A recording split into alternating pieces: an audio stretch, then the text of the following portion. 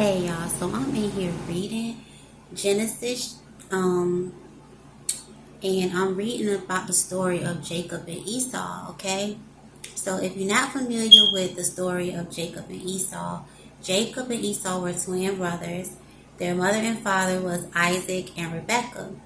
Now, Esau and Jacob, they were twins, and Jacob actually, I'm not gonna say stole, but Esau sold his birthright to his twin brother Jacob, and Jacob also stole his brother's blessing from his father Isaac, and his mother Rebekah was the one who helped him um, steal his brother's blessing, which is really, that's a whole nother story. But now the story goes on where Jacob ended up having to flee because Esau ready to kill him. He was so angry that Esau was so angry about what Jacob had did that Esau wanted to kill Jacob.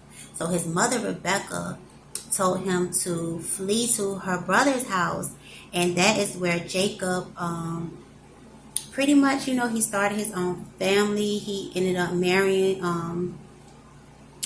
Laban, which was Rebecca's brother, 2 daughters, and he had his own sons and everything. So after some time,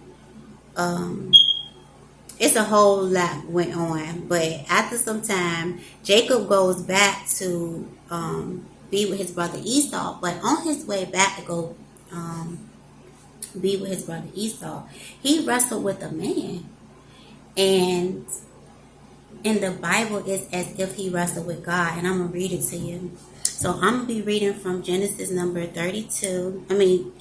chapter 32, verses 22 through 30. So it says that that night Jacob got up and took his 2 wives, his 2 female servants, and his 11 sons and crossed the ford of Jabbok. After he had sent them across the stream, he sent over all his possessions. Excuse me. So Jacob was left alone, and a man wrestled with him till daybreak. When the man saw that he could not overpower him, he touched the socket of Jacob's hip, so that his hip was wrenched as he wrestled with the man.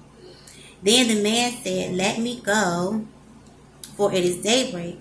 But Jacob replied, "I will not let you go unless you bless me." And, okay, so he said, "I will not let you go unless you bless me." The man asked him, "What is your name?"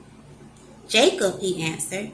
Then the man said, "Your name will no longer be Jacob, but Israel, because you have struggled with God and with humans and have overcome." Jacob said, "Please tell me your name." But he replied, "Why do you ask my name?" Then he blessed him there. So Jacob called the place Peniel, saying, "It is because I saw God face to face, and yet my life was spared." So if Jacob saw God face to face, and I'm assuming that this was this man that he just wrestled with, is it safe to say that God is man? I just want to know your thoughts. Anybody who, is familiar with this story, who's read the story, I just want to know your thoughts. Like, is this trying to say that God is man?